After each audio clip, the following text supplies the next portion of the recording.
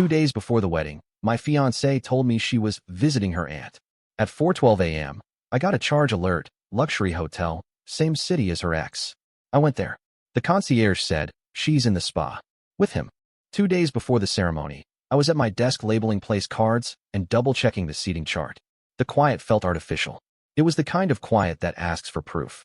She had said she was driving out to visit her aunt, an easy trip and a familiar excuse. I told myself to keep my hands busy and let the hours pass. At 4:12 a.m., my phone vibrated with a card alert. High-end hotel, downtown, 3 charges in a row within 8 minutes. I did not guess. I read the hotel name twice, opened the map, and placed a pin. The ex lived 6 blocks from that lobby. I dressed without turning on any lights. The street outside carried the gray color that comes right before sunrise, when everything looks honest and tired. The drive took 13 minutes.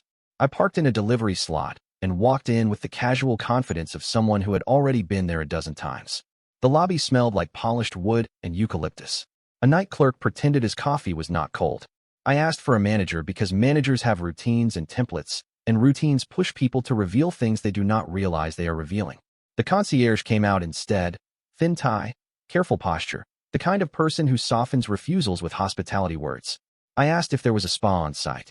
He nodded, then glanced down at a monitor. I said I needed to confirm whether my fiancée had an appointment today because she had left her allergy medicine with me. I offered the first 3 letters of her name. He asked me to wait. His eyes moved across a screen in the way eyes move when they recognize something they should not say out loud. He swallowed. Then he said the sentence that closed the space between suspicion and fact. She was in the spa. With him. The spa opened 24 hours for guests. On the hallway wall, a printed sign listed available late-night couples packages, a detail I might have laughed at last week. I thanked the concierge and stepped away, as if the matter was settled. It was not the time for a loud scene. It was time for a file. Evidence does not collect itself. It requires a timeline and good habits. I sat in a lobby chair and wrote a basic outline on my phone. 3:52 a.m. Authorization request. For 12 a.m. Posted charge. Cross-check with camera presence in lobby, if possible. Cross-check with rideshare logs. She had left earlier claiming the drive would take 3 hours because she would avoid the highway. She preferred to decorate excuses with extra details. I opened our shared budgeting app and tapped the hotel entry to see the merchant category code, then saved a screenshot. The app timestamped the authorization to the minute. I marked the second and third charges as probable spa add-ons, based on the amounts. I phoned the number listed for the spa from the lobby couch. A recorded message confirmed the overnight desk and said walk-ins could check availability at the counter. That told me their traffic was low enough at this hour to know names. I lowered the phone and watched the elevator. At 4:21, a tall guy in a robe and hotel slippers walked across the carpet carrying a paper water cup. I recognized the shoulders and haircut from photos I had pretended not to study when she swore their history had cooled into something ordinary. He did not look around. He took the turn toward the spa, pushing the frosted glass door with the lazy entitlement of someone used to service. I took a photo of the hallway clock that read 4:22 and a second photo of the frosted door with the spa logo. I made sure the angles were level. Every photo that looks accidental becomes easier to dismiss. I placed my phone flat on my thigh and opened the voice memo app, not for an argument, but for a record of ambient sound. The spa door opened again. Soft laughter floated out like perfume from a spilled bottle. The door eased shut. The memo captured the door hiss and the noise level. It was not much. It was something. Confrontation produces drama and very little proof. Investigation produces proof and very little drama. I chose the latter. I stood and walked to the hotel's small business center. The printer sat unused with a polite sign that promised 10 free pages for guests. I did not need paper. I needed the guest browser with unfiltered access to the hotel's public website. The booking portal listed romance essentials, with specific package names that matched the charge amounts on my phone within a small margin. One line item included a couple's suite reservation window from 3:30 a.m. to 5 a.m. I took a screenshot and mailed it to myself with the subject line, menu correlation. The camera above the lobby elevators was not mine to pull, but cameras are managed by people, and people are managed by stories. I returned to the concierge and told him the truth he could safely hear. My wedding was in 2 days. I believe my fiancée was here with someone who should not be here. I was not going to make a scene. I needed to know how early the spa had opened for them. I did not ask for names. I asked for times. Times are less protected by privacy rules because times are considered harmless. He watched my face for 10 long seconds. Then he said the spa had taken a couple's booking at 3:30 a.m. He added that it was the second visit this month. He should not have said that last part. He had said it anyway. I thanked him and placed a folded bill on the desk. He pushed it back with 2 fingers. He did not want a tip to ride over the quiet kindness he had chosen. I respected that and left it on the counter anyway. He looked down at it like it was a problem he would solve after I walked away. I stepped outside to the curb, breathed in the cool air, and opened her location sharing. It had been off for 2 days. She had said her battery kept dying because navigation drained it. My car still had the emergency GPS tracker the insurance company required. I could not place her phone, but I could place my vehicle logs. 2 night drives downtown this month, both between 3 and 5 a.m., both with 1 stop within a block of this hotel. The log did not lie. I took another screenshot and saved it to a folder labeled Friday. I needed more than timelines to make this airtight. I needed a financial thread I could pull in front of people who would not argue with eyes and hearsay. I checked our joint account again and noticed a small gift card purchase from the hotel's e-commerce portal 3 days ago, routed through a payment processor with a neutral name. It had looked like any other boutique charge. The amount matched the couple's package within a few dollars after tax. I opened the transaction, tapped details, and saw the merchant descriptor string that included a code used only for hotel ancillary services. It was not definitive, but it connected the dots. She had used our account to buy the gift card. He had likely redeemed it in person. They had turned our joint balance into aromatherapy and dim lights. I scanned the curb for his car. He drove an older coupe that held together out of habit more than maintenance. He had taken a rideshare. The hotel's driveway camera would show that if anyone asked with authority. I did not have that authority yet. I could get it through people who did, or I could find a crack somewhere else. There is always a crack. I went back inside and bought a bottle of water at the lobby bar. The bartender on duty kept the register open while he restocked lemons. A small thermal printer behind the counter spit out order chits for minibar restocks and spa bar tabs. One fluttered to the floor. I did not touch it. I watched the bartender pick it up and read it before tucking it into a stack. He slid the stack into a plastic sleeve marked with today's date. The top slip showed partial text. I read upside down the words, Rose Bath, and an amount that matched my earlier screenshot. I did not take the slip. I did not need to. I had the numbers already. The sight of the printer acting out the same story made the data feel human, which would matter later when the room went quiet and people tried to argue the definition of a mistake. At 4:58 a.m., the spa door opened again. He walked out first, still in the robe. She followed a few steps behind, hair up, bare face, my ring on a chain around her neck instead of her finger. That detail sat like a nail driven too deep to pull with fingers.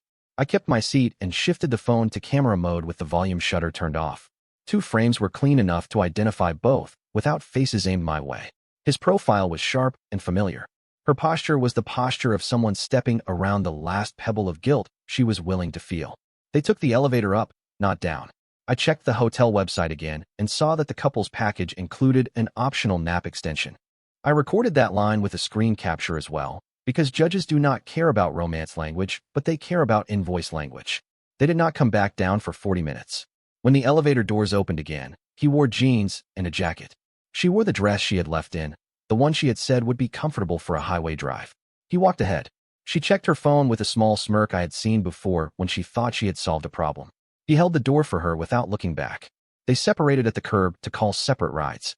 The distance between them looked practiced. I did not speak to her. I did not speak to him. I watched each car pull away and recorded the ride numbers from the back windows. Those codes are linked to driver records. Drivers remember faces for tips.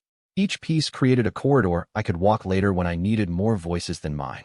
Back home, the apartment still smelled like the candle she had lit before she left. The seating chart waited on the table like a joke with an expensive punchline. I put it away. The next steps needed to be clean.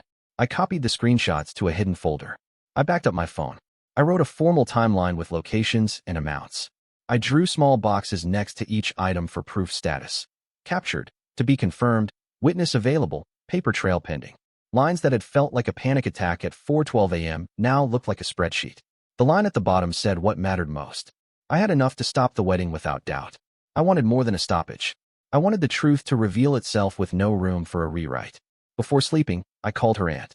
She answered on the second ring. The voice sounded groggy, but clear enough to know she had not hosted anyone. She said she had not seen my fiancé in months. She asked if something was wrong. I said the schedule had changed and I would call later.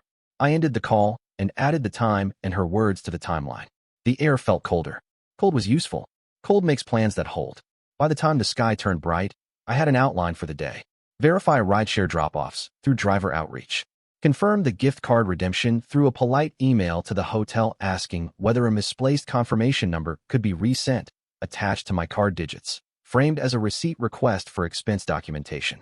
Visit the jeweler to resize the ring back to its original purchase diameter and ask for a time-stamped inspection note. People pay attention to documents, and documents do not blush. The part one had not planned arrived as I walked to the sink with the ring box.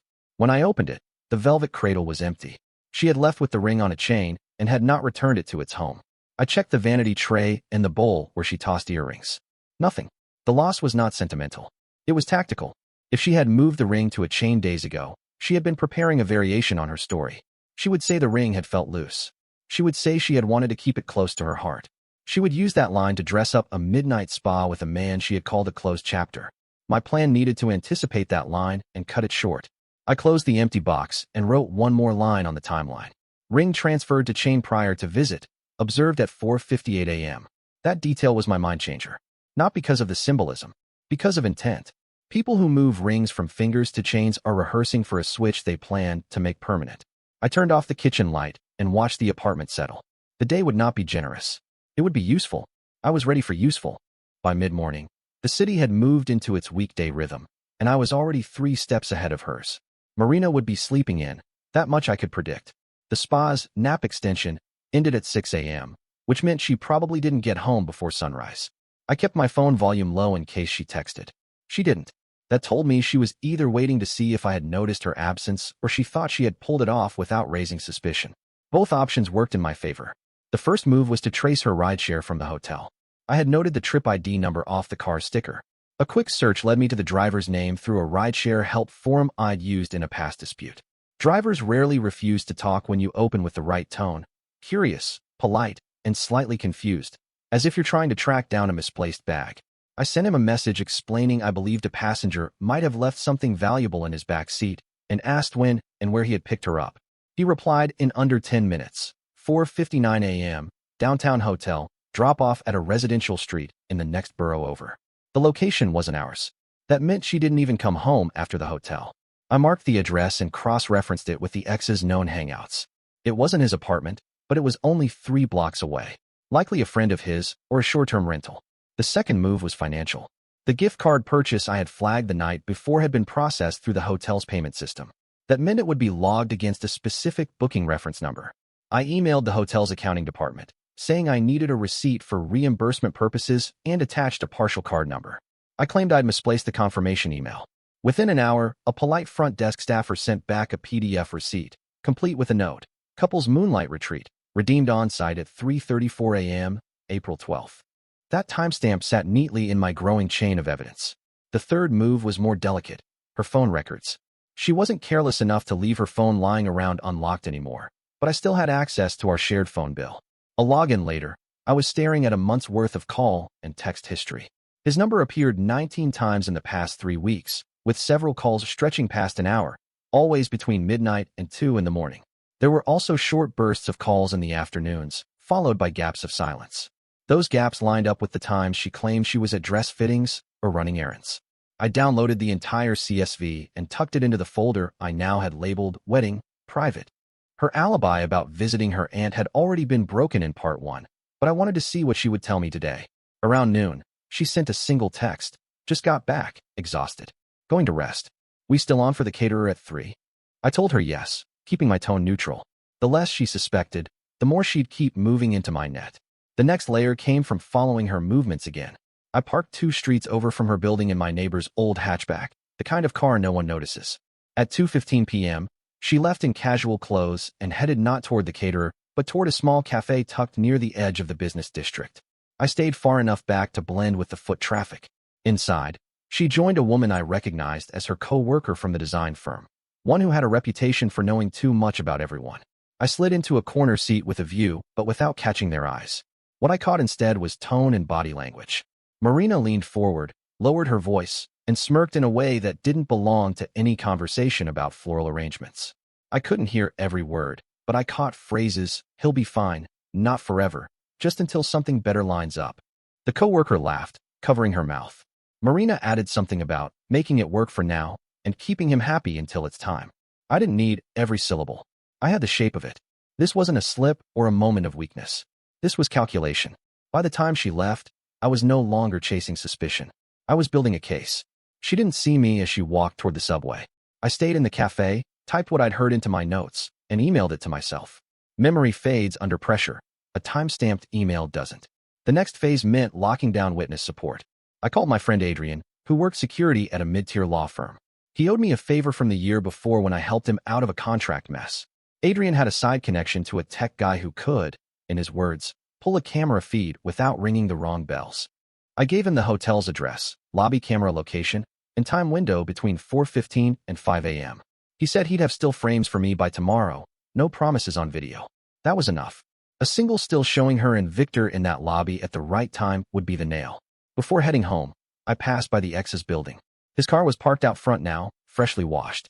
A woman I didn't recognize stepped out of the lobby, holding a paper bag of takeout, and glanced around like she was checking for someone. I jotted down her description and the time, possible friend, possible decoy. This could be a tangle of people covering for each other, and I needed to keep my line straight. Back home, Marina acted as if nothing had happened. She chatted about color schemes, about the DJ set list, even scrolled through photos of the reception hall on her phone as if she had been invested all week. I watched her talk, memorizing the ease in her voice. That ease would fracture soon enough. By nightfall, my folder had grown. PDF hotel receipt with timestamp. Rideshare pickup and drop-off details. CSV of her calls with Victor. Notes from the cafe conversation. Aunt's statement from the night before. Planned stills from the hotel lobby camera. The investigation wasn't about whether she had betrayed me anymore. That was already proven. The real question was how to reveal it so there would be no doubt, no spin, no rescue narrative from her friends or family. That night, I lay in bed, listening to her steady breathing beside me. She thought the game was under her control. She didn't realize I'd stopped being a participant and started being the architect. Tomorrow, I'd move from gathering proof to setting the trap. By the time the sun rose, the evidence was no longer my priority. Presentation was. Proof without an audience could be swept under the rug. The kind of people who excused Marina's behavior would call it a misunderstanding unless they saw it arranged in a way that stripped out every escape route. That meant timing, witnesses, and a setting she couldn't control. The first step was her father. We had never been close, but I knew where he stood on loyalty. He was funding nearly half of the wedding, venue deposit, catering, part of the honeymoon, and his business reputation mattered to him more than sentiment. I called him mid-morning and told him we needed to meet alone. We agreed on a coffee shop near his office. I brought only my phone, a printed copy of the hotel receipt, and the CSV log of her calls with Victor. He was already seated when I walked in, tapping through emails. I sat down, slid the envelope across the table, and said nothing until he opened it. His eyes didn't flicker until he reached the timestamp on the hotel receipt. That was when his jaw tightened. He flipped to the phone record printout, scanning the late-night calls. I didn't embellish. I told him she had been at the hotel with her ex, that it wasn't the first time, and that she was using my money and his to facilitate it. He asked one question, "Do you have more?" I told him about the rideshare drop-off, the cafe conversation, the upcoming security stills. His fingers tapped once against the table. Then he leaned in and said we should handle this quietly but decisively. He didn't want his money burned on a fraud. That was his exact phrasing. I told him I was planning to expose it before the wedding in a way that made it impossible for her to flip the story. He agreed to help, under one condition. She had to admit it in front of others, or the evidence had to be displayed in such a way that no one could claim manipulation. We chose the rehearsal dinner. It was set for the next evening at a private dining room in a riverside restaurant. She would expect nothing but speeches and laughter. He would make sure every guest worth convincing was present, close relatives, bridesmaids, groomsmen, and a few of his own associates. My second call was to Adrian. The hotel lobby stills were ready. He sent me 3 clean shots. One of her walking in behind Victor at 3:29 a.m., one of them side by side at the spa entrance, and one of them leaving together 40 minutes later. Their faces were clear, the timestamps visible in the bottom corner. That was the visual confirmation her father had wanted. The third step was bait for Victor. I needed him in the same room as her when the truth came out. A direct invite would spook him, so I had to use a pretext. Through a mutual acquaintance, an old college friend of mine who once played poker with him, I arranged for Victor to think he was meeting someone at the same restaurant about a potential freelance consulting opportunity. It was vague enough to get him to show up, but official enough to make him dress well and arrive on time. The meeting was set for the exact hour of the rehearsal dinner. To ensure he walked into our section, I asked the maitre d' to seat him there by mistake, before his supposed meeting. The restaurant's layout made this easy. The private dining area had a single entry from the main floor. He would walk in expecting to see his contact and instead see Marina, dressed for the rehearsal, surrounded by family, under the gaze of her father. While those arrangements clicked into place, I added a silent weapon, the slideshow. Marina had insisted on a photo montage for the dinner. I told the AV tech that I'd supply the files directly because I wanted to surprise her with a few extra pictures. He gave me the access code to the presentation laptop. I built a sequence that began with our engagement photos, then our vacation shots, and at the 20-second mark transitioned without warning to the hotel receipt, the CSV call log, and finally the security stills. All formatted cleanly, no commentary. Facts speak louder when they're left alone. By late afternoon, Marina still hadn't suspected anything. She was busy texting the bridesmaids about hair appointments and sending me reminders about the cake tasting. I agreed to everything, keeping my responses short and agreeable. The less change she noticed in my behavior, the more likely she would walk right into the setup. That night, I ran a final check with her father. He had already informed the restaurant to expect a special announcement during dessert. The staff was briefed to dim the lights when cued and run the slideshow exactly as given. He would open with a short toast, then I would take over. If she tried to leave, the layout meant she'd have to pass Victor in the doorway. I went to bed earlier than usual, leaving her in the living room chatting on the phone, likely with one of her trusted friends who thought they knew the whole picture. I wasn't listening for content anymore. I was listening for tone. And her tone was still confident, still untouchable. By the next evening, that tone would be gone. The next evening arrived with the kind of stillness you feel before a storm. The rehearsal dinner was set for 7. By 6:30, the private dining room at the Riverside restaurant was already filling with people. The clink of glassware mixed with polite conversation. Marina was in her element, circulating between tables, touching shoulders, smiling like someone whose life was firmly under control. Her father arrived precisely at 6:50, nodded to me once, and headed to speak with the maitre d'. That was my signal everything was ready. In the corner, the AV tech had the slideshow queued. The restaurant staff moved with an unspoken awareness. Plates being placed, wine poured, lights adjusted just slightly dimmer than usual. At 7:05, the door opened, and Victor stepped in. He was dressed in a dark jacket, looking around for his supposed contact. The maitre d', right on cue, guided him toward our section, gesturing to a seat near the far side of the long table. He caught sight of Marina before she saw him. He hesitated mid-step, but the sight of her father standing near the head of the table froze him. There was no easy exit without making a scene. When Marina finally noticed him, the shift in her expression was small but sharp. Her smile flickered, her eyes narrowed, and she straightened her posture. She tried to mask it by turning toward a bridesmaid, but the damage was done. Her father had seen it. After the main course, her father stood. He began with the kind of toast expected at these events, about family, about beginnings, about trust. Then he paused, glanced at me, and stepped aside. I rose, thanked everyone for coming, and said that before the wedding, there was something important to share. The AV tech dimmed the lights and started the slideshow. The first images were harmless: vacations, celebrations, laughing moments. People smiled. Marina kept her hands folded neatly in her lap.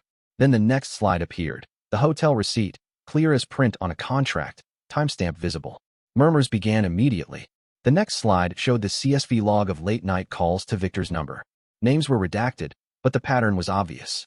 Marina's fingers tightened around the edge of the tablecloth. Then came the still frame from the hotel lobby camera. Marina walking in behind Victor at 3:29 a.m., both in plain view. The second frame, them at the spa entrance. The third, them leaving together. The room's noise shifted from polite confusion to stunned silence. Marina's mother's face drained of color. Her father didn't move.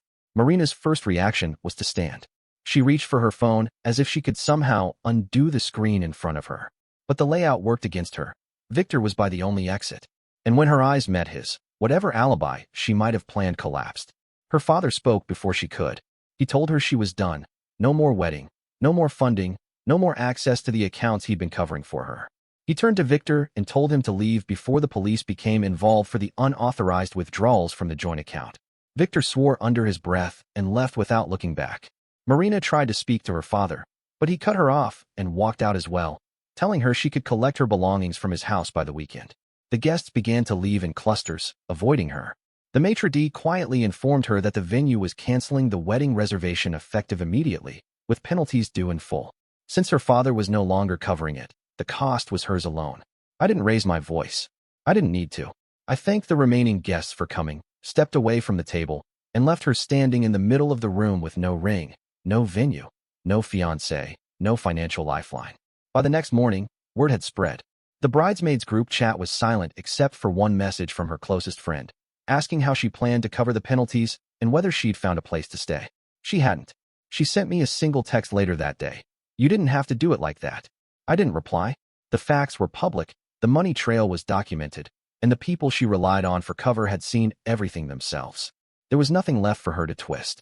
The wedding had been erased, but the record was permanent. And that's the story. If you're still here, that means you're one of us. So go ahead, hit that subscribe button. I drop new chaos every single day, and trust me, tomorrow's story, it's even worse than this one.